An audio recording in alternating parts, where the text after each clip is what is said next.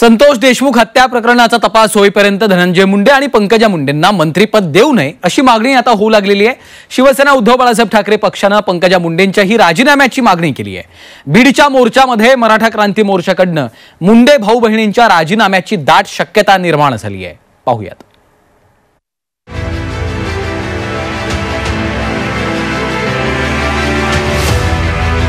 संतोष देशमुखांच्या हत्येनं बीड जिल्ह्यातल्या राजकीय गुन्हेगारीकरणाचा मुद्दा ऐरणीवर आलाय।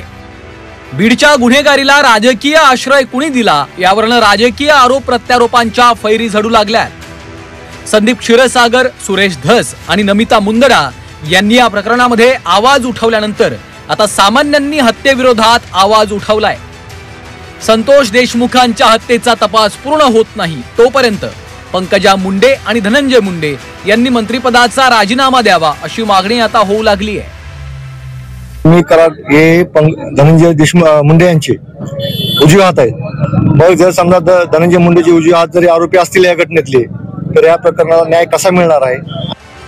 आतापर्यंत धनंजय मुंडेंच्या राजीनाम्याची मागणी होत होती, आता पंकजा मुंडेंच्याही राजीनाम्याची मागणी होऊ लागली आहे।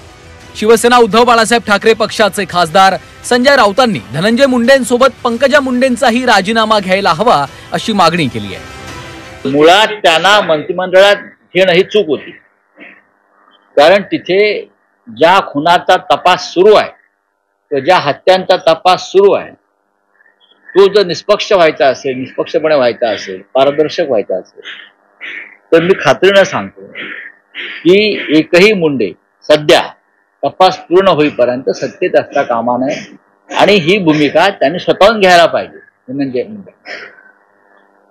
तर लोक त्यांच्यावर भविष्यात विश्वास ठेवतील। मुंडे भाऊ बहिणींना राजीनामा द्यावाच, पण संतोष देशमुख हत्या प्रकरणात आवाज उठवणाऱ्या धस आणि नमिता मुंदडा यांचंही कौतुक केलं पाहिजे असं सुप्रिया सुळे यांनी म्हटलंय। धनंजय मुंडेला या गुन्ह्यामध्ये अटक करावी आणि त्यांच्या मंत्रिपदाचा राजीनामा घ्यावा अशी मागणी आता राज्यातून मराठी क्रांती मोर्चाच्या माध्यमातून केली जाते। मला असं वाटतं की या सगळ्या प्रश्नांची उत्तरं या राज्याचे गृहमंत्रीच देऊ शकतील, कारण इतका उशीरही होतोय।